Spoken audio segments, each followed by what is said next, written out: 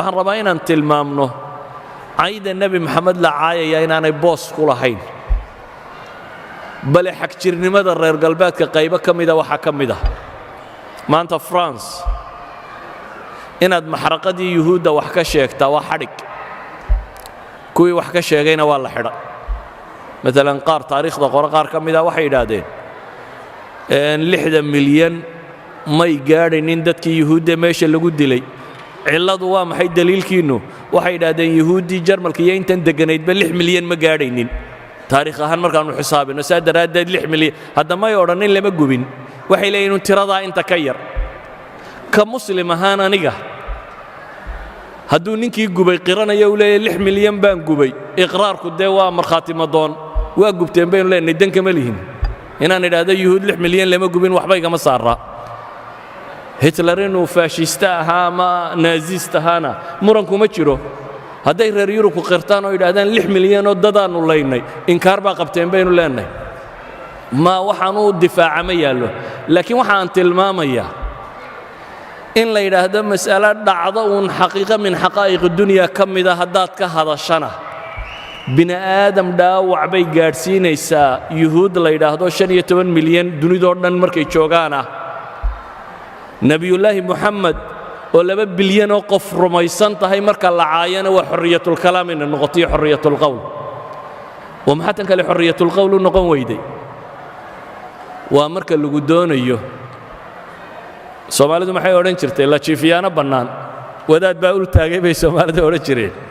marka la rabana waxaa la odhan jiray la jiifiyaano bannaan waa la jiifiyaano bannaan sida u taalla miidiyaha iyo bulshada iyo waxoo dhammi wixii aanay doonaynin indhaha way ka laabtaan ninka reer galbeed ee waxgaysta malafkiisaa la baadhaayo maalinuu dhakhtar ma tegey dad buu leeyahay haa wuu waallaa beri buu dhakhtarka la kulmay adiga ka waalani hadduu wax dilo waa muslim terrorist ahaa hadduu waalan yahay uu ka soo baxo meesha uu ka soo baxo cidi faylkiisa dib uma eegto idan waa la jiifiyaano bannaan baynu leenahay laakiin taasi waxay isbedeli kartaa markaad adigu hadasho markaad adigu muctaqadkaaga iyo diintaada difaacato markaad adigu soo bandhigto nebi maxamed wuxuu ahaa calayhi salaatu wasalaam laakiin haddaad adba xishoonayso isleeday talow nebigii miyaa dee ma doodi karaysidee maxaad tidhaahdaa haddaanad adba nebigaagii garanaynin dee ma difaaci karaysid waa marka labaad haddaanu adiga qalbigaaga ku weynayn dee dadka kale wuu weynaa kama dhaadhicin karaysid hadduu adiga qalbigaaga ku weyn yahay gaalkan yare dhafoorrada xiirtay oo aad dhafoorrada ka daba xiiranayso oo gaalka surwaalka dabada dilaaciya waa qalbigaaga ku weyn yahay aadna surwaalka dabada dilaacinayso laakiin haddaad cumaamad ama koofiyad xidhato nebi armaad u ekaataabaad sileeda yaan dadku ku garanin sacanka maaha yaa dadku ku garaninee koofiyadya idan hadduu agtaada ku weynaan waayo adigu waxaad rumaysnayd adigu diinkaagii iyo waxaad rumaysnayd hadduu agtaada ku weynaan waayo dadka kale agtooda nebi maxamed ha ku weynaado suurtagal maaha markaynu innagu nebi maxamed weynayno calayhi salaatu wasalaam ayaa dadka kalena weynaynaya innagay xilkeenna tahay markaasi dadka in badan baan ogaynba wuxuu ahaa intaanaan ka warramaynaa waa in taariikh baadhay oo wax baratay oo wax eegtay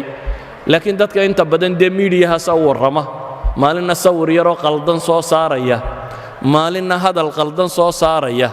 kaasaa u warramaya markaa dadku saasuu u rumaysan yihin idan waa xil idinka idin saaran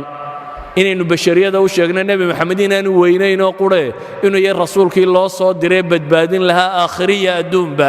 inuu محمد yahay عليه الصلاة والسلام صلى الله على نبي محمد وعلى آله وصحبه وسلم والحمد لله رب العالمين